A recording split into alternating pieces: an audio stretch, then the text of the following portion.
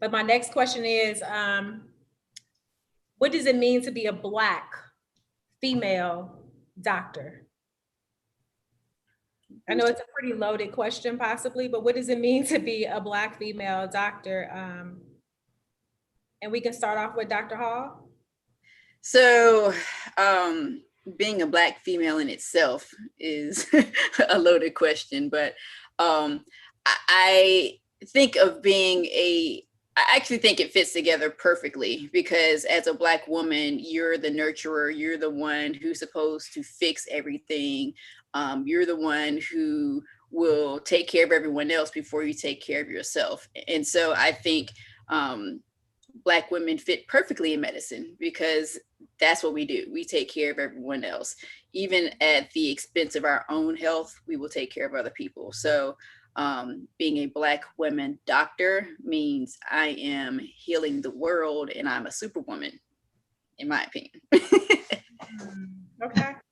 Okay. And I concur with that. And I would add, I think, and I've been talking about this a lot lately, like I think sometimes we go into a situation thinking that we can have it all. And I think being a Black female doctor and a female doctor in general, you have to balance that, because there's certain expectations. And I'm very blessed to have a partner who doesn't have me in this box of like, I'm the person that has to take care of the kids and to do this kind of thing. He does those things so I can be me on this side and do me and support that. So I think, you have to figure out as a woman how to get yourself into circles of people, into a village that can support you having your hands in different things and still being able to be a wife and a mother, and not having to fit this certain mold. You also have to have people. What I find is, like, if I walk into a room with somebody with a man or a white woman, I'm the boss. So they have to be allies and support me being the boss, because that's not the first thing that people think. If they see you outside of work, they're going to automatically, either if you tell them you in medicine, they're going to assume you're a nurse. And nothing wrong with being a nurse or a tech or a physical therapist or anything else, a chiropractor. But, I think there's a certain amount of respect that we want to embody, because we are the leaders of the team. When it comes to that team that we're going to push forward, we have to be recognized, and we have to have people support that, so that we can do the job that we need to do. And I think as a Black woman, a lot of times we still are put into these very stereotypical areas of what we should be, and we can't be this and we can't be loud. But I'm never loud, but I am going to not let you tell me things that are wrong. I'm going to be very forceful in advocating for my patients. And sometimes that could be seen in a negative light, but if it was another person doing the same thing, it would be taken differently. And I think also you may not have as many mentors. I'm very blessed that I'm and getting to know Dr. Hall and other people and what they do.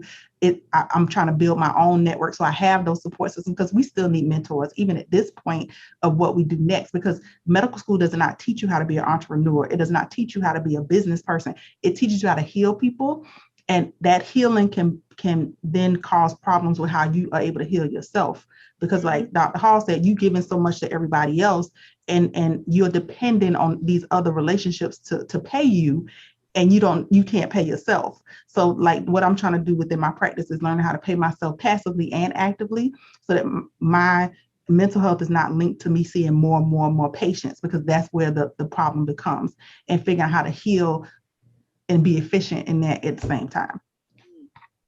Wow. That's good word.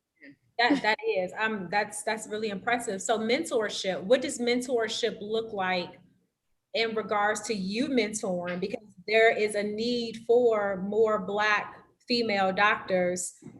How do Black girls find mentors like you? And then how do you find mentors? Because again, like you said, you have to figure out a way to cope and for other people to help you. So how does that look? Yeah.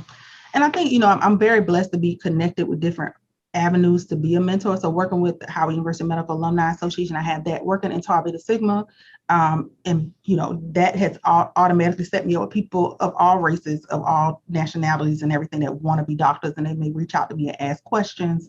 So I think some of it is about exposure and them first of all, knowing that there are Black women doctors out there, because some of these young women are growing up not knowing that that's even a thing that they can be or a thing that they've been able to see. So putting ourselves out there. So these kind of platforms, the things we're doing with the books, with the HBCU experience, even in that realm, some of them may not even think that being a doctor is something they want to do. So I think just trying to expose myself in that way and being available. So I also, half the week, I have residents from Howard University Hospital that come in to do their continuity clinic with me. So showing them how I practice and how I treat my patients, and then having them feel the same way, that this is what is important, that you have to listen to your patients, you have to take the time. And I'm slow, but I try to be thorough and to listen and to be honest, because they really looking for you to, I tell them all my business. So they know if it's anything, and I ain't really got no business, but when they come in, they're like, how your husband doing? How your kids? In showing them how I interact with my patients, that's going to teach them that. And I think for me, obtaining mentors, when I first got to the area, I joined the medical society, and there are other Black women in that group that then have helped me to kind of look at my practice from a different way. And I think you have to actually seek out the help, and seek out the mentorship and seek out those things. And sometimes it's hard because you don't even know what you need. So I'm still learning. I'm still figuring out how to do that. And I also do mentor some people who are already physicians that are starting their practice. So in doing that to help other people, I'm now going to turn that into a business to be able to solicit that, because having gone through the process myself, I kind of know what things work, bringing in technology, bringing in, kind of upfront, being like, listen, you got to do, these are things you need to do upfront. Don't try to skimp, because when you try to only do it one person, you're not going to grow. So teaching people how to grow and how to hopefully find some happiness in what they're doing in private practice, and not being connected, as Dr. Hall, we were talking about this earlier, being connected to a corporation or being connected to somebody who doesn't care about your well-being. And who is not vested in your mental health or in the health of our communities. So, they worried about the bottom dollar. They don't care. I had a patient yesterday came in, she came in, she had a brain bleed. She came from the ER, came in with a headache. We got a lift for her to go to get a stat CT and come back, because it's the right thing to do. And when you connect it to a corporation, it's like, they're not going to have that same compassion for patients and be willing to do those things that are above and beyond. But that's how you attract new people, is because they know when they come in here, we're going to do everything we need to do to get them taken care of. And for me, like I said, when I grew up, I had doctors that I could look to. And I wouldn't even say I really utilized them as much in the beginning. Once I got to college and started shadowing, that's kind of when I started finding mentors in medicine, or actually utilizing the mentors in medicine. And because of, I will say, because of my connection to A&T, and because I'm so visible, I initially found, actually, you gave me my first mentee. Now that I think about it, Kiera, Shantae. I remember that. That was like in 2010 or 11. I don't even know, like somewhere around there, I want to say, because I remember her. Was around the same time as my second mentee. But yeah, so people like you, sorority sisters, because I am a Delta and Tau Beta Sigma, that's the first way that I would get people. They would say, hey, this person wants to be a doctor. Would you mind speaking to them, or kind of telling them what they need to do, what have you? My second mentee, official mentee, actually came out of working with me in the emergency department. In the emergency department, we had scribes, which are typically college students that do your charts for you. And I would just, whenever there was downtime or what have you, I would actually try to learn about the scribes, and not just, have them just working for me. I actually spoke to them and, carried on conversations with them. And it was a young Black female from Charlotte, and she was at Central Piedmont Community College at the time. And she, first of all, she heard that she shouldn't go to A&T. And I was like, who told you that? And she said, I was like, did they go to A&T? She was like, no. I said, right, there you have it. don't listen. But it's like, well, because it's a party school back in that time. Now I think, we wish it was a little more party, but either way, we become Black-ish, HBCU, which is fine. I mean, it's great. We're doing great things. So, but the focus is academics now. we turn down the party just a little bit, but alumni, we always turn it back up. Either way. So anybody that knows me, like within 5 minutes, you find out that I'm an Aggie. Like that's kind of like my number one identity is as an Aggie. And so I would always talk about A&T just in casual conversation. And so the question was, I said, so what are you trying to do with your life? And she said, well, I'm thinking about going to PA school. And I said, well, why not go to medical school? You're going to do the exact same thing in PA as a PA. I mean, when you're being a PA, but you get paid half the amount for it. So she was like, I never thought about it. Fast forward, because we don't work with the same scribes, and then we work in a lot of different emergency departments throughout the city. Months go by, and I worked with her on another occasion, and she said, Dr. Hall, I don't know what it is you said to me, but I went to A&T to take a tour, liked it, applied, got in, I'm going there in the fall. And I was like, what? Are you serious? And so I officially started mentoring her from that point on, but and she's actually the reason I wrote my memoir, because that kind of woke me up.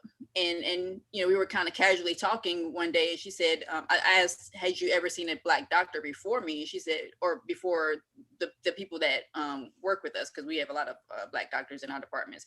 And she said, no. And it surprised me, because I'm like, you're in Charlotte where there's a lot of us. Like, so I was just like, wow. And because of that, that's why I'm writing the memoir, because I was like, well, if I need to be more visible, but how do I go about doing that? And so I figured the best way to do it is to write a book. But she actually just graduated from medical school. Wow. She ended up, so CPCC, she had like a 2.4, and she'll tell you all this, but she had a 2.4 GPA at CPCC, went to A&T, graduated either with a 3.9 or 4.0, got 2 full rides, one to East Carolina, one to Chapel Hill, just finished. She's actually going to be an OBGYN resident at Johns Hopkins. And once again, because of my visibility with the band, and people are actually kind of figuring out now, because I had to tell my own story, nobody was telling it for me, that I was the first female drum major at A&T. And so suddenly I'm a superstar. Like I was one kind of back in the day, but now I'm getting like articles written, I'm getting news specials. And it's all that news special. Yes. It's like, people are realizing, oh, she's actually kind of amazing because I do so many different things. And because of that, people will reach out to me, and I went viral on Twitter at A&T and had like a drum major video with 26,000 views. And people were reaching out to me on that because they were like, you're a doctor too? Like, and I want to be a doctor, blah, blah, blah. So I welcome all the mentees. Give me time though, because now I'm getting way more booked and blessed. But yeah, I have one that's at A&T now. She'll be graduating, and she's actually going to medical school, I think Virginia Commonwealth. So I got a lot of success stories behind my belt now, I'm excited. But yeah, and as far as now for me having a mentor, my first job out of residency, I took it because there was an Aggie that was a doctor working there. And I said, oh, well, this is where I'm going to work, because even though it was in a rural area where there are very racist patients because they don't look like us. And even though that was where I was going to be working, because an Aggie was already working there, I said, I'm going to take this job, despite the fact that I already know what's coming at me. Because, we grow up and we know that people don't think of us as doctors. It's like, well, you don't look like a doctor, or you don't act like a doctor. Well, what does that look like? What am I supposed to look like or act like? Am I supposed to act like a stiff, sorry if I'm offending anyone, stiff old white man? No, that's not what I'm going to do. And that's not what the definition of a doctor is. Let me redefine it for you. Mm-hmm. There we have it. But I'm with you. I'm with you. They always put us in a box. You don't look like this. You don't look like this. I had someone ask me if I was a paralegal when I told them I had a JD. Like, no, actually hold a JD. And that's the thing too. It's like, you know, you also have 2 masters, and I start a PhD program in the fall. So that means that you have to put me in a box. Like, they do it all the time. Because I have my long braids, I don't look like a lawyer. Well, and I don't know, Dr. Kelly, if you've had this experience. I'm pretty sure you have, because it happens to all of us. But it's like, I will introduce myself. Like, the first thing I do is say, hello, I'm Dr. Hall, blah, blah, blah.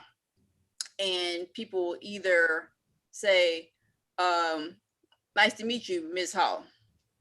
Or they'll look at my name badge and be like, nice to meet you, Kelly. Which is why I don't like having my first name on my badge anymore, because people will do that.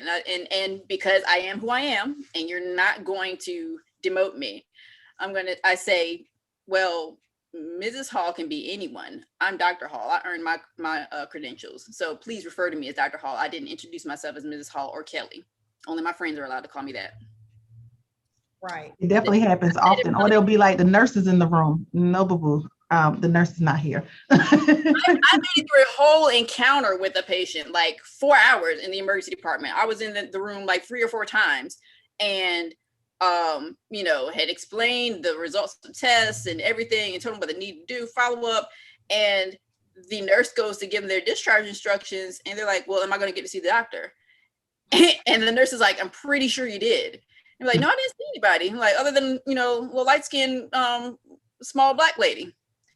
She's like, that's your doctor. So I would go back in the room. They were like, I went back in the room and was like, hey, so you don't remember seeing me? I'm like, yeah, I'm your doctor. I'm like, did you just think I was very smart as the nurse, just giving you all this information? Like, what do you... I sat down and had an extensive conversation with you, and and I introduced myself, but people like completely don't hear the first thing out of your mouth. I've learned. So I think I need to start repeating myself sometimes, but either way, now because I work in a primary practice office as urgent care, they kind of know me a little bit more, but in the emergency department, you know, you're constantly seeing different people all the time. So, but I would get that frequently, and I'm just like, really? Like, yeah. Or they'll be like, you look too young to be a doctor. You sure you're old enough to be my doctor? Well, and that part is fine, because you know, even though I am 42, about to be 43, she looks like she's in her 20s. Amen. 42 here too. 42 here too. Well, I'm pushing 40. But yeah, so that part doesn't bother me as much. You're like, well, yeah, I've done this for a minute. I was like, I started to put my license on the back of my badge and be like, if you want to call me, just let me flip them over for you. I'm twice whatever you think I am. I have a question for you, because I always have teachers that watch this, right? So my teachers, how can we encourage our young Black females and males to go to med school? Because I know that so many students, they come to me, they're like, you know, I really wanted to get a master's in this, or I really wanted to become a lawyer, or I really wanted to do this, but teachers make them feel as if they're inadequate. So I'm sure possibly that you may have had an encounter like this, maybe, possibly, you may have seen an encounter, but how can we encourage teachers to push our students to medicine? And I'll answer first. I feel like my experience was a little bit different. I was in high school. I was in an IB program, and I have a daughter that's 26, so I had her when I was 15. So some of it on 2 sides was like, oh, you shouldn't go to school. You should just go to this program. You know, my mom was not having that. And then being a smart Black kid, it was like you could either be a doctor or a lawyer. Like, they didn't give other options. So I think, you know, part of my message to teachers is that get to know your students and find out what their strengths are, because not everybody can be a doctor or a lawyer, and not everybody wants to be a doctor or lawyer. You also got to find something that you're passionate about. And you know, if you don't love what you're doing, it's going to be a job forever, and you're going to be miserable, and it's not going to be good for your mental health. There are so many different kinds of things that people can do. And of course, I want people to go into STEM and to go into being a doctor and that kind of thing, because we need people that look like us in those areas. But if you're not fostering them in the things that they like, if they really like writing and they want to be an author, you're like, nah, you should go to medical school because you can make more money doing that. They're not going to be happy. They're not going to finish. They're going to waste a whole lot of money trying to go down a path that's not built for them. If you know from a standpoint that taking tests and stuff is not what they're good at. You may have to encourage them, and especially in undergrad. You don't have to go to school and be a biology major to be a doctor. You can do something that you really enjoy. I was blessed. I was a double major in biology and anthropology, and I loved anthropology. Like, it really has helped sculpt what I do as a doctor because of what I learned in that. I have friends that were Spanish majors which learning another language is key. So fostering them in ways and getting them to enjoy learning, and then pushing them, or at least I won't say pushing, but kind of telling them what things they can be, giving them an opportunity to explore that. But you can't do that if you don't know your students, and never being like, because I think there was, and I don't know if you all have seen this in the music world, but they were talking about they didn't encourage certain kids to play the bassoon because financially, could they afford a double reed? Could they, get private lessons and all of that stuff? Not putting them into a box, because if you leave them open, they're going to grow. They're going to flourish. They're going to do anything they put their mind to. And so, and us as parents and us as people who may have some better resources, us giving back to those communities and giving to teachers and to areas that may not have the resources to help foster those kids in those areas. And the last thing I'll say is encouraging people to go to community college first, getting that free stuff out of the way, doing well at that, and giving them the opportunity to learn about those different things is also a positive, at least in my opinion. I agree with that. I completely agree. My son is type 1 diabetic. He's headed to college in the fall. And I've actually encouraged him. He wants to be an artist, go become an artist. But I also told him to open up, his thought pattern. And hey, you may decide to go to med school and you may decide you want to be an endocrinologist. Who better to be an endocrinologist versus, a type 1 diabetic? Mm-hmm.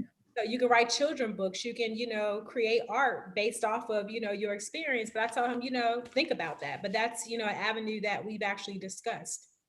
What about you, Kelly? No, it's fine. Yeah, I have, yeah. I mean, it's perfectly fine for you. Patients don't do it because I will come for you. So I do have to share, Kelly was my drum major and I looked up to her so much. I still remember one of the first times I saw her, and I tell her this all the time. Like, I was just mesmerized, like, oh my gosh, she's my drum major. I was a drum major in high school, but to see her at A&T, like, wow, I really want to go here. I have a female drum major. The first female drum major, didn't know that at that time, but she was just amazing. And just to have that relationship with her, I'm like, I could just call Kels and say, hey, Kels, I'm dying. Hilarious. I'm happy that I have doctor friends. Right, exactly. Especially during COVID, the vaccine. That's a whole other conversation. For me, it's about exposure. I believe that for those teachers that may not completely understand the whole essence of being Black, because you're not, we get it. I would say expose your students to organizations like Delta Sigma Theta, that or like the fraternities that have mentoring programs built into them, because in those programs they get exposed to so many different things. It's just not going to be a one-off here or there. It's always going to be about college tours or career fairs, or just things around the city that you may not even know are there. And so I would strongly urge those educators that may not look like us to expose them to educated people like us. And that's going to be the number one driving force. Then your hands, you don't even have to do anything because we got it from there. We're going to make sure they're taken care of. Or this day and age, with especially because of COVID, a lot of things are virtual. So there's a lot of things that you can be exposed to like this, so that you can see people that look like you, and you can actually foster relationships from these sort of things. Because I'm always about trying to educate whoever, whenever, even though I know so many different people and I'm, molding and mentoring so many different people. I'm always like, send me an email. It may take me a few days to get back to you, but I will get back to you, because I think it's important as an educated Black woman, as an educated physician, entrepreneur, an author. I think it's important to let our children know that you can do whatever you want to do, and you can do multiple things. You don't have to be just put in a box. I was just at a virtual career day. This virtual thing is amazing, by the way. I've done career day in Chicago. I'm all over the place now. But I did a career day in Chicago, and the keynote speaker was a 17-year-old who is already a best-selling author. She wants to go to law school, yet she also wants to be in TV. And for me to see her at that age already widening her horizons and not thinking I just have to be the lawyer, I was amazed. I said, at the end of her speech, I said, first of all, let me just let you know that I feel like I need to learn something from you. Because, and I said, you've already figured out what it took me years to figure out, that I don't have to be just a doctor. Like, I can do all these other things that I want to do. And I said, I applaud you. You're young. And so things are going to deter you, and people are going to tell you that you can't do this and that. Keep believing what you believe now, and you will be able to do it. Don't let other people dictate and put you in a box, because you're not in one. Don't ever get in one. Stay outside of the box. So that's what one of our guests says. There aren't enough boxes, large boxes enough for all of your collective accomplishments. I mean, no, they're not. You know what I'm saying? I used to get that all the time. Well, are you a librarian? Because I was a dean of a library. Or are you a lawyer? Or you're a professor? Or what are you? I'm all of it. Well, how are you able to do all of that? And I read an article not too long ago that says our generation and the generations behind us, we're not going to be like our parents or our parents' parents, or we stick with one particular field our entire life. There are going to be some people like that, which is great. But I know for me, I'm about to get a PhD in something. It's actually still in library sciences, but I know that my career path is going to go completely different from the way that it has. Yeah. So it's many of us like that. We're just gifted with so many different things. And I'm glad that you shared that with that young student too, Dr. Hall, because our students need to know that you can be a doctor, and you can still become a lawyer, and you can still do this, and you can actually do all of that within a certain age range. Like I look at, I'm not even 40 yet, and I already have 4 degrees, so it's something that we do need to promote to our kids. Promote to our babies. Now, I want to get into your books, because both of you are best-selling authors. Like, I need your autograph. So can I virtually get your autograph somehow? Sure. I'll send you a copy. You already endorsed mine, so you got to get a copy. Yes, I am. And I have a copy of your other one, because we were trying to get into Oprah and Michelle. Kelly has, Dr. Hall and I have this thing where I'm going to see Oprah. I have already planned out the tea party that I'm going to have with Oprah. Like, I already know what type of tea we're going to drink. I need to find some teacup stuff, but I already know. And Dr. Hall, her person is Michelle Obama. So do you have your face yet? Yeah, look. Let me see your face. Hold on. You see Michelle Obama walk into the room. What are you going to do? I'm just going to be like, hello, First Lady. It's very nice.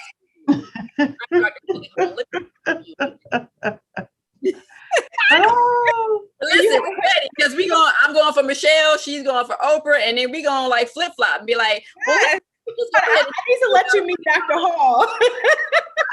So I mean, it's going to be a good day. They're going to be talking about this for a while, Dr. Kelly. So this is not. I'm with it. Right. And listen, let me tell you something. You'll find out in my book. I speak things into existence. Okay, God hears me. And I mean, he got me on speed dial, you know what I'm saying? So it's just a matter of, time before, and Beyonce's gonna know who I am as well. I was here, okay? Because she missed out. She could have had me as the drum major for Coachella. Like, I was like, Beyonce, right. You're ready. Always in shape, ready. Why didn't anyone tell her that I was ready? I was available. I mean, I would have flown out there real quick for that. I mean, it was only 2 nights. Boom, that's done. It's easy. So it's fine. I mean, she was a drum major, so that's fine. I get it. However, do you have someone, Dr. Kelly, that you have to meet? That's a great question. I don't know yet. See, I gotta find me somebody. Yeah. Because I mean, if I meet either one of those people, so Oprah was the keynote speaker, my commencement speaker for when I graduated from medical school, and I will never forget that because she was on the stage and she said, she, her grandma would always be telling her, you got to get you some good white people. And she was like, I got some good white people working for me. So that's my goal in life, is to be like Oprah. So if I get to meet her, I'm so if y'all want to invite me when y'all see them, I'm always happy to. I'm gonna keep you on speed dial because I went to see her last year. I took a trip to Minnesota and I had Kelly's book, I had my book, I was ready. And I did not get a chance to meet her, but I know that I was one step closer to meeting her. I'm in Nashville, Tennessee. Her dad lives here. So I'm certain that I'm going to run into her like really soon. I feel it in my soul. Well, and what's funny is that my business partner, when Oprah had her vision tour, she came to Spectrum in Charlotte. And because my business partner is a dancer, choreographer, been in the business for 11, 12 years, she actually got to dance for the opening number for Oprah. And I was like, and Oprah's her girl, like that's who she wants to meet. She was like, I actually got to see her, and she didn't actually like speak to her other than saying hello, because it was like when they were about to go on stage or she was coming off the stage, what have you. But she was like, I about passed out. And so I was like, see, we're close, because you got to actually see Oprah up close. And actually I did too, because as I was walking into the tour, I saw her getting into the SU go to Spectrum, and I was like, oh, I'm so close yet so far.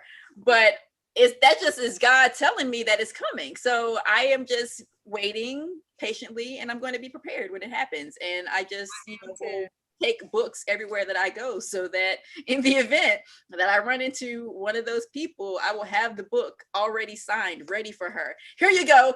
I'm Kelly Hall. Find me later if you want to. But yes, read this book. Michelle is coming on I'm a Girl Scout troop leader for my littlest baby is 6, and they're having a Becoming Me webinar in a couple of days. So if I get a chance to sneak in, I'm like, listen, I got somebody that wants you to sign their book and want to meet you. So all that kind of pull. We probably gonna be on mute the whole time. They're gonna let us say that. It's all about manifestation. Look, right. You can actually put it inside the box. Hello, Michelle Obama. I know. Right, there you have it. Put it in the chat. I'm on it. I got you. I have a few questions for you. One from a guest, but I want to also, after we answer this question, also want to follow up about your books. Okay, so Pam asks, where do you practice and what are your specialties again? So I'm in Silver Spring, Maryland, and I'm an internal medicine physician. So I do just adult. I specialize in primary care. I do a little bit of hospital work as the PRN, but mostly just outpatient. And I am practicing in Charlotte, North Carolina. I am an emergency physician. However, I am working in urgent care right now because emergency medicine was about to drive me insane. And the burnout period for emergency physicians is about 10 years. And I made my 10 years and I said, I'm going to exit stage left. And we're going to go into urgent care and calm it down a little bit. So that has allowed me to do all the multitude of things that I like to do now. So I was an English teacher before too, okay? So that's like the 5th career that I told you. So I was an English teacher, high school and middle school teacher, and I love books, absolutely love books. So why should an English teacher or any teacher have your book on their shelf? I guess I'll start. So as far as the HBCU experience anthology, that is important to give to anyone really, but specifically students that are interested in HBCUs, because it shows you that whatever your dream is, you can fulfill it by going to an HBCU. I tell in my memoir about how one of my guidance counselors, who I don't think she did it maliciously, but I think she was just under the false impression, but she knew that I wanted to be a doctor. And so she said, and she knew that I was only applying to A&T because I wasn't going anywhere else. Like, there's no need to waste money on applications when I already know where I'm going and I know I'm getting in. So, right. So she told my parents that I needed to apply to the University of North Carolina at Chapel Hill if I wanted to be a doctor.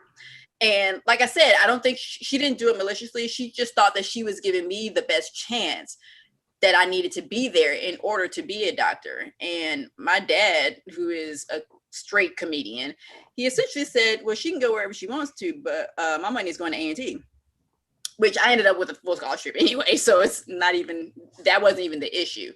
But I knew in myself that I didn't have to go to Chapel Hill to be a doctor. And boom, look at me now. I think actually, if I went to Chapel Hill, then I probably would have been at a disadvantage because I was always in predominantly Black schools. And going from that to East Carolina, my first year was a culture shock for me, not because I wasn't used to being around other races, but it just didn't feel like home. And I always felt at home in all of my schools. So that's that one. The marching band alumni book, that one is important to have as well, because it allows students to know that they can pursue the arts and music and still have a career. So it gives you a look into the different things that people have done. And I'm a firm advocate for the arts because I think it makes you a more well-rounded person. It allows you to be able to multitask. It allows you to just be a sane person, because without dance, without music, I would lose my mind. And my memoir, that's important for anybody. It's going to speak more specifically to those wanting to go into medicine or Black females, but it's for anybody that ever felt underprivileged, underserved, for minorities, for women, for LGBTQ, anyone who just felt out of place at some point in life and felt like they didn't know how to succeed. My book will tell you how to overcome your adversities and overcome your obstacles. And it'll actually, because I do scriptures at the beginning and then little exercises at the end, it allows you to think and open your mind and, just broaden your horizons so that you can say, oh, well, maybe I should have done this as opposed to this, or this is cool. I need to try to figure out how to do this. So I'm just a good example for the world. I hope you don't mind me adding this, but I know with your memoir, it allows for a lot of self-reflection. Mm-hmm. If I may say, I'm going to say it anyway, but, the second time that I read it, I was like, wow, I need to go back and work on this with myself because I think I'm perfect. I really am perfect. I really am. I'm still perfect even after when I'm just joking. But no, it really opened up my mind, and I read so much, but I think that seriously is one of the top books that I have read in regards to self-help. So I'm serious. I'm a librarian too, a real one. So, I love books. So not just saying that because, but it was very inspiring. Thank you. Very. I pretty much feel the same way, but I want to say to Dr. Hall too, like reading the stories of the people in the book, I'm humbled to be in that company because there are some amazing stories. And I think, like we talked about earlier, like exposing our children early to what is possible, and that, like Dr. Hall said, we're going to have adversities, we're going to have trials in life, and we have to see how we can overcome them.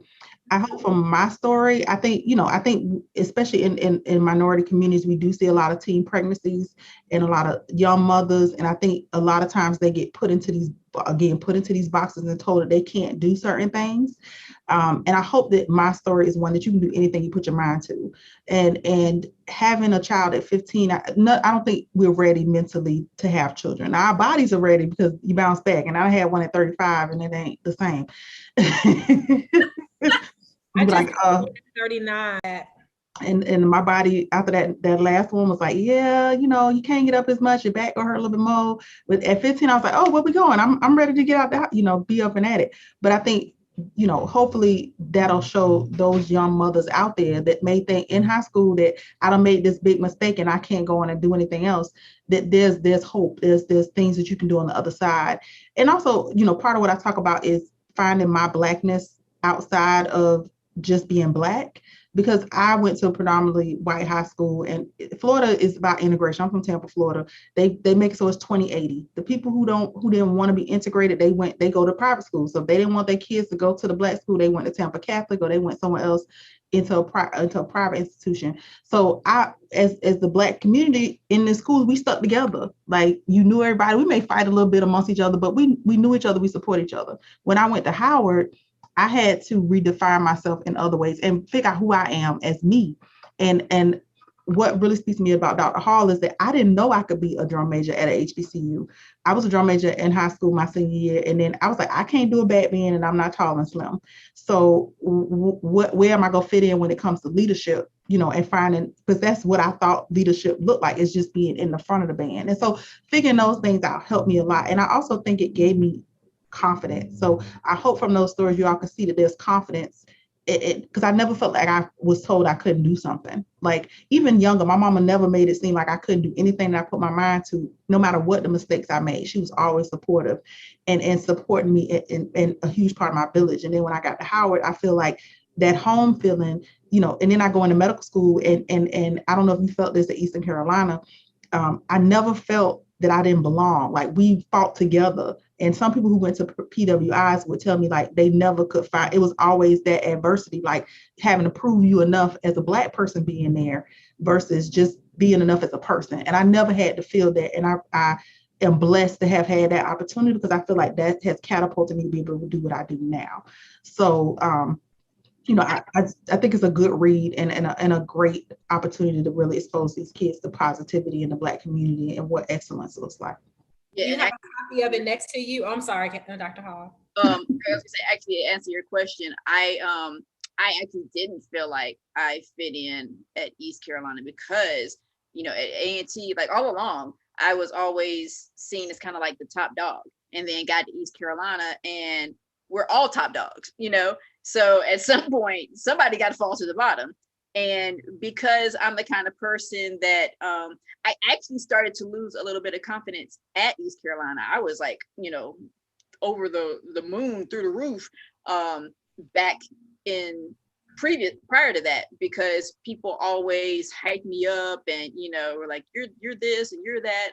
And so when I got to East Carolina and didn't necessarily have that, I mean, we had the Student National Medical Association. So the National Medical Association is the like a minority medical group. And so there's a student version of it. So luckily I had that little, tiny group of Black classmates that we stuck together. Whereas the rest of it, it was like they were kind of cutthroat, and it's, get there on your own, figure it out. So luckily my study buddy was, I mean, and she a white girl, but she didn't see race, luckily. And we, to this day, still communicate, and we just saw each other a couple years ago because she has family in Charlotte. So we keep in contact. And she actually called me when the whole, this last summer, when all the racial reckoning happened, and she was like, I don't even know what to say, but I just felt like I needed to call you. And that was amazing to me. So that's a whole other story, but. That's interesting, because I had a law school classmate to do the same thing. She just called me out the blue, and she said, I just want to say I'm sorry if I ever made you uncomfortable. Like, I'm just really, really sorry. And I'm like, okay, all right. but thank you. My final question for you all, we have about 8 minutes left, and I want to make sure you all are able to get back to your patients. I'm off the day job today, girl. So I'm marching the band. I played sax. What did you play, Dr. Kelly? 1997 to 2001. And what did you play? I played clarinet, baritone horn, and bassoon. Come on. And I know, Dr. Hall, you played sax. And it's interesting because we are all somehow intertwined. Like Dr. Kelly's line sister was my high school mentor. Like when Ebony. Oh, that's my best friend in the whole world. I know. Ebony was my mentor in high school. Ebony is actually the reason why I became Psi Beta Sigma. Wow.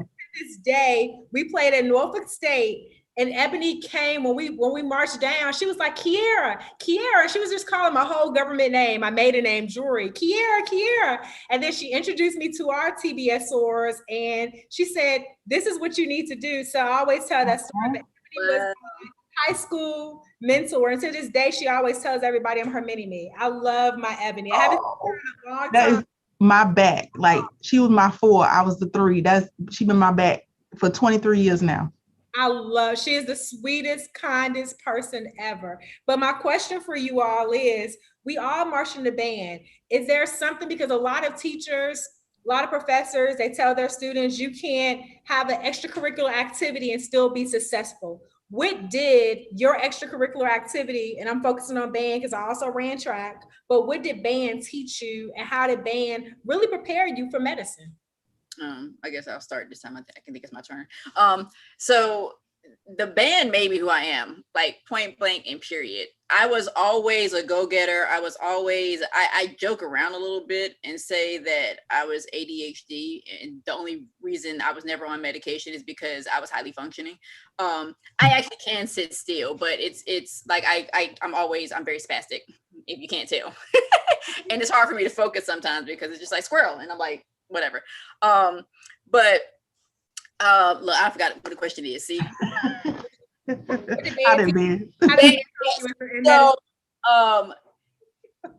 first of all, see, told you. It's okay. I diagnosed myself too. The band, without TBS, I would not, or it was easier after I played TBS to be a leader because they kind of push you out into the forefront. So if I wasn't TBS, I may not have ever been drum major, because I was joking around with some TBS stars when I said to Dr. Hodge, hey, when are we going to get a female drum major? And he said, never, as long as I'm band director. And so because I was TBS and because I was confident in myself and loved being in the band, it was like, okay, well, if I can't be drum major, then that's fine. And then next year he made me drum major. But if I wasn't TBS, I don't think I would have stood that or been able to tackle that trial, because I didn't know that there was never a female drum major at A&T. I just wanted to be a drum major. And I never felt like I never could do it, because my parents instilled in me, you can do whatever you want to. Like, don't let anybody tell you that you can't.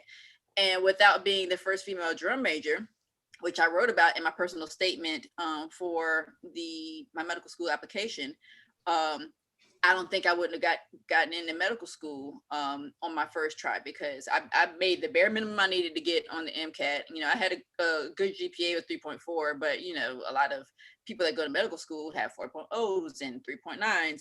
And so 2 out of 3 of my interviews, they talked about me being the first female drum major. And I think because of that, they said, oh, well, if she can handle that, then she can handle medical school. So the band has elevated me to who I am, made me a stronger person, made me a leader, made me more confident. Even though it was always there, it amplified what was always there. And it helped me with time management, so that once I got to medical school, it was okay. I'm used to not having much time to do stuff. So I basically would figure out how to study and still have a tiny bit of a life. So, but yeah, so the band made me who I am, point blank and period. What about you, Dr. Kelly? I feel like we just echo each other. So, I mean, you know, when did you cross TBS? Spring 97. Okay. So she was the year before me. So I was spring 98. And I definitely came in, again, the same story, like not knowing that I could be a drum major, and didn't think it was, for me, I didn't think it was possible once I got there and saw what they had to do. But seeing the strong female leadership in TBS, I knew that that's where I belonged. And so that then gave me all the skills that I needed to then go in and be president of this and on the board of this and doing those kind of things. And I think band teaches you, especially once you become a part of TBS on the national level, you have to learn to get to encourage everyone. You have to learn how to not just because being in the HBCU, you get a little bit of a jaded front, especially when we was there, because we was only seeing other Black schools. It was about 6 months at the beginning of my freshman year. I don't remember seeing anybody that wasn't Black. And I walked out into a place and was like, wow, this is different, so you have to we single sex, we do stuff a certain way. And I think going outside of that, I had to, kind of look at the bigger picture. But band taught me about communication. It taught me about teamwork. It taught me about leadership. It taught me about sometimes just sucking it up and leading from the back, because you can't always be in the front, but you can do a good job at what you do in your space. And then going into residency, I had already did TBS plus this plus that at the same time. So I was fine. I was a district counselor for TBS while I was a resident. So I never felt like I couldn't do these multitasking, these different things. And when I was national president, I started my own practice, like I never felt like it was impossible. And the band has, and I also met my husband at Howard's band. So he's a percussionist. We've been together for 23 years, going on 16 years married. My best friends are in the band. My home, my family is the band. So it is beyond, like I do owe so much to Howard's band. I try to give back, and I try to give back to music in general. And that's why I'm not as involved in TBS right now, but having been a past national president, I'm the only past national president from a HBCU. Only 2 African-American past presidents in general. We luckily are going to get 2 more coming up soon.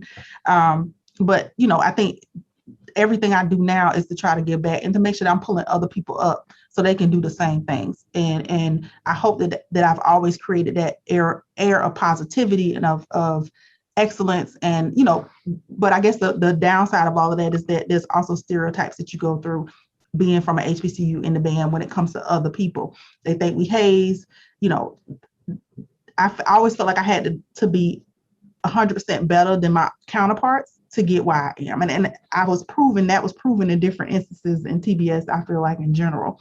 But you can't stay in that negativity. You just got to move forward, because sometimes it's not about you. And I had to kind of say that to myself, like, it's not about me. How can I get back? If I feel like this is where I need to be, then I need to go for it and be able to be humble and step back and say, okay, I'm going to do what I need to do and be a part of that in this way that I'm meant to be. And God got a plan for you. So if he meant for you to be in that space, he going to get you to that space. And it's just going to be at his time, not yours. I'm so proud of y'all. Like, y'all have inspired me so much. And I'm sure the teachers and the students and our other guests that are looking at you all, I'm sure that they are inspired too. Like, I'm just overwhelmed with just, wow, just thank you. Thank you. One of our favorite guests, Juan says you are all real inspirational. Oh, well, thank you, Juan. Yes. You're welcome. I mean, thank you for sharing all those beautiful experiences. You're welcome. Juan hasn't missed a single coffee and chat, I don't believe. So I appreciate him so much. He's a teacher out in Illinois. Okay.